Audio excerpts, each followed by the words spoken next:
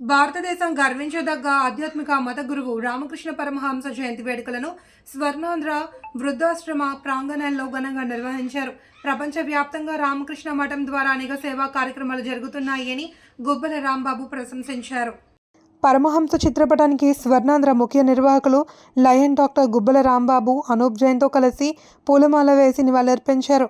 ఈ సందర్భంగా రాంబాబు మాట్లాడుతూ కలకత్తాలోని రామకృష్ణ మఠాన్ని సందర్శించిన తర్వాత తాను భావోద్వేగానికి గురయ్యానని, తనలో సేవాభావం మరింత పెరగడానికి రామకృష్ణ పరమహంస స్వామి వివేకానంద రచనలు ప్రధానంగా నిలిచాయన్నారు.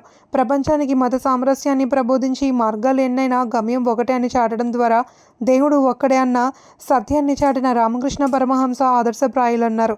ఈ సందర్భంగా చిరు వ్యాపారాలు చేసుకునే వారికి నీడ కోసం గొడుగులు అందించారు. బాలాజీ, హరిప్రసాద్, ధనలక్ష్మి, కొండలరావు, మీరాకుమారి, శేఖర్, శ్రీను, వెంకటేష్ తదితరులు పాల్గొన్నారు.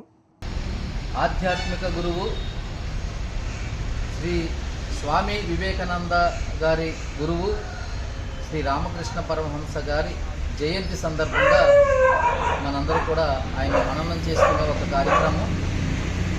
ఈ ప్రపంచంలో దేవుళ్ళు అందరూ ఒకటే, దారులు ఎన్నైనా గమ్యం ఒకటే అని చెప్పేసి మీరు ఎన్ని మార్గాల్లో పయనించినప్పుడు కూడా గమ్యాన్ని చేరడం అనేది ఒకటే, భగవంతుడు ఒక్కడే అని నినదించినటువంటి గొప్ప ఆధ్యాత్మిక గురువు. భారతదేశానికి మతపరమైనటువంటి నిజమైనటువంటి భక్తి ఏంటి, లేకపోతే మతం ఏంటి, పౌరులు ఏ విధమైనటువంటి జీవన విధానంలో వెళ్ళాలి, మనుషులందరూ కూడా దైవారాధనలో మీరు ఎన్ని రకాల దేవుళ్ళు పూజించినప్పుడు కూడా ముక్తి మార్గం ఒకటే అని నినదించినటువంటి గొప్ప ఆధ్యాత్మికవేత్త మరి శ్రీ రామకృష్ణ పరమహంస గారి జయంతి. ఆయన ఒకసారి చూస్తే గుర్తించుకుంటాడు, ఆయన ఏక సంతాగ్రహి అన్నారు.